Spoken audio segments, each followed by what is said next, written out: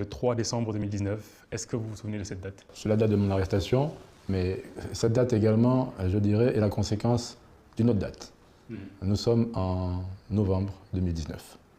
Je suis convoqué à la résidence privée de M. Noureddine Bongo Valentin, le fils du président Ali Bongo.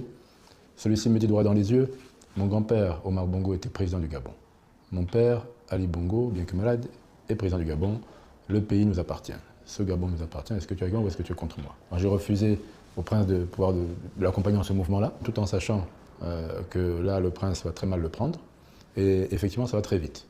Quelques jours après, à mon domicile, un régiment, 40 militaires, avec en bandoulière des mitraillettes, s'installe dans ma concession et me disent que vous ne pouvez plus vous déplacer sans notre présence. À partir de là, arrestation, comme vous l'avez dit, le 3 décembre, 2 jours après, le 5 décembre. M. Noureddine Bongo Valentin est nommé numéro 2 du pays, c'est-à-dire coordinateur général des affaires présidentielles.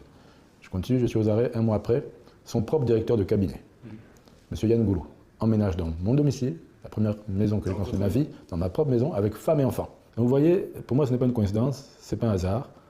Il y avait un assassinat programmé qui était contre moi, qui a été fait. Et aujourd'hui, je dis clairement, c'était une mise à mort qu'ils avaient prévue à mon endroit. Selon vous, qui était derrière cette mise à mort contre vous? Qui vous en voulait? Je pense que l'histoire que je viens de résumer, de vous conter, enfin, la scène que je viens de vous relater, résume à peu près tout. J'étais dans une situation où, effectivement, le président Ali Bongo était malade. Le président Ali Bongo avait des problèmes de motricité, mais il n'avait aucun problème au niveau de la logique, de la pensée, du raisonnement. Maintenant, ce qui est vrai, c'est que quand vous avez des problèmes de motricité, vous vous appuyez sur vos proches. Et donc, ils ont forcément un ascendant sur vous.